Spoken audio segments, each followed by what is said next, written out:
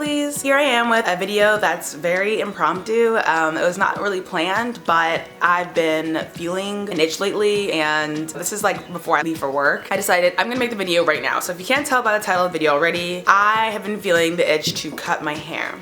Yes.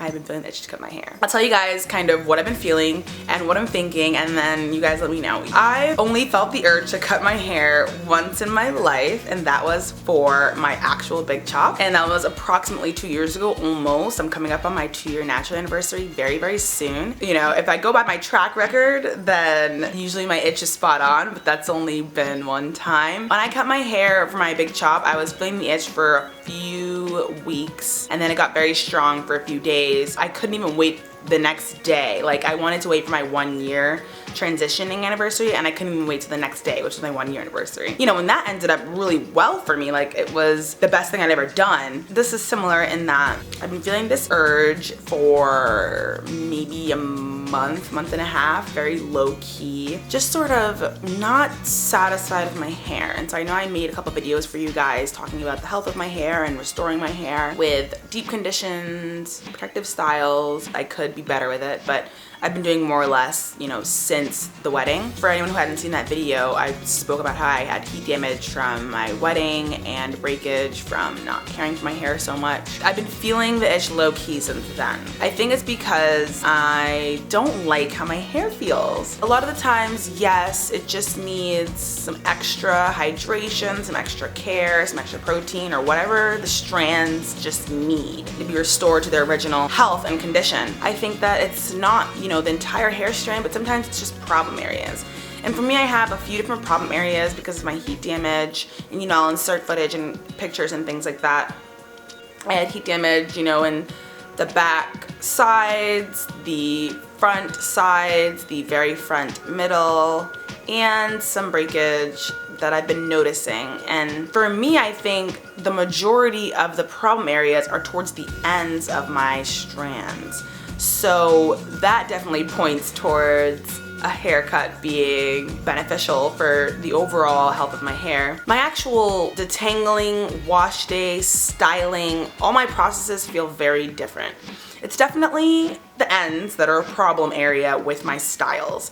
The detangling always seems to take longer than normal, only towards the ends, and the ends look more frayed and raggedy and thinner. You know, there are some things that you can't control, like weather, humidity, or your hair not being a length you want it to be. That's something you can't really control, but you can control the health of your hair if there's something you can do. So I figured, you know, I don't want to remain in the back seat just kind of waiting for things to get better if I can do something about it. For anyone who's been watching me for a long time, you would know that last December I flattened my hair for the first time ever on my natural hair, and it went fine. During that visit, I received a trim that really wasn't a trim, it really was a cut, and it was in layers. I mean, it's not really layers. What it is she cut all my hair to be all the same length all around. And when it falls, when it's straight or super stretched, it looks even everywhere. But when it's curly, which is the majority of the way that I wear my hair, it looks interesting and I don't like it. I do not like how it looks when it's on my curly hair, when it's a wash and go, when it's even anything shrunken.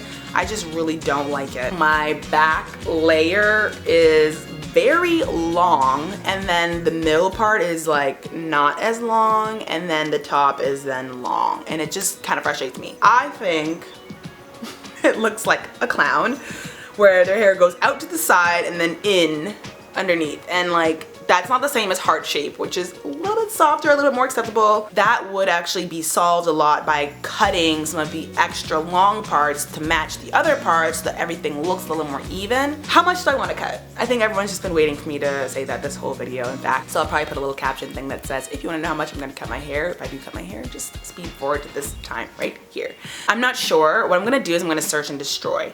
I just want to feel happy with my hair, how it feels and how it looks. So I think I'm just going to search and destroy for any problem areas, uneven areas, and then go through and make sure it's the look that I want it to be. It's it's kind of like a new shape, and people are gonna be concerned about me shaping my hair, but there are like 2 natural hair salons in my entire city, and I went to one of them and that was not the results that I wanted, and it's definitely not worth the risk of going to someone else. If I had to put a number on it, I think somewhere between 1 and 3 inches. 1 probably in some areas, but most areas would see closer to 3, maybe 4. I don't know. I don't know how. I haven't measured my hair really. I think I'm just craving that spring and bounce and curly, kinky feel to my hair, whereas now it feels a little bit dead, and I think it's mostly because of the ends, and I think the ends got some heat damage that I'm not quite sure of, because as you guys know, a lot of my hair texture here is very loose, and it's hard to tell sometimes when it's just a loose, weighed down texture or if it's like a damaged texture. I think from this video you guys can probably tell I'm pretty sure that I want to cut my hair. Will I actually do it? I don't know. I've been talking about it for the last month and a half. If it takes over and I feel like I do need to just cut it right away, I probably am gonna film it. And I also wanted to make this video for you guys because if I do cut my hair, it'll be before my 2-year anniversary mark and length check, and I just think that's something that needs to be considered. Obviously my hair would be a different length if I didn't get it cut in December and June,